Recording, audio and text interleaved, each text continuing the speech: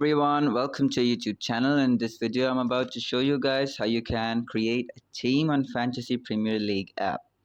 So once you're on Fantasy Premier League app, what you need to do is you need to simply hit on Fantasy in the middle of the screen, the middle bottom, and then you'd be redirected to this page over here.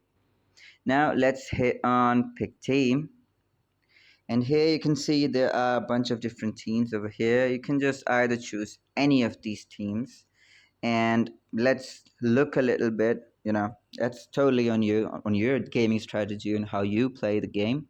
And once you have chosen your team, you need to go back, and now it's time to choose the right players for this game. So what I'm going to do is I'm going to simply hit on transfers after I go back to the same page, and then here I can see the values of all these players in pounds.